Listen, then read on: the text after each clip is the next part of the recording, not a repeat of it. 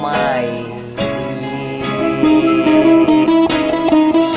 หากโง่เมื่อไหร่ก็มาแต่เต้ไม่ดี แต่คนไม่ดีเท่าไรเพราะว่าครอบงู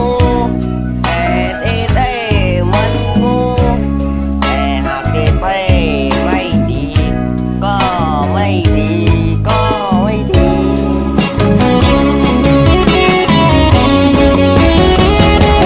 เต้เก็บไม่อยากจะเจ็บว่าจนเป็นไม่น่ารักเนาะแต่โง่ไม่ดีก็โง่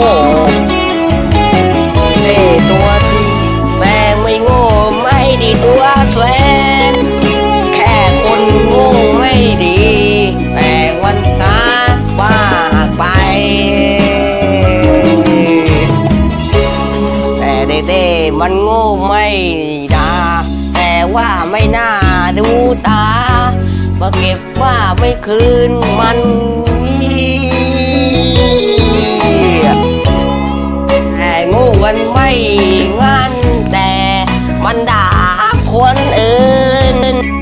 คือฉันหวังว่าไว้ในเงาทำหน้าที่แต่เก็บตนโง่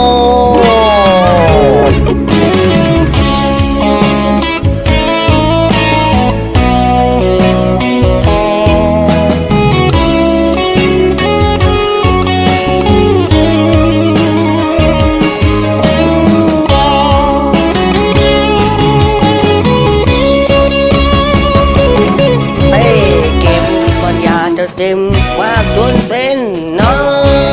งไปหน้าที่ขอช่วยเธอบรรเทาอย่างอาอ้อมแข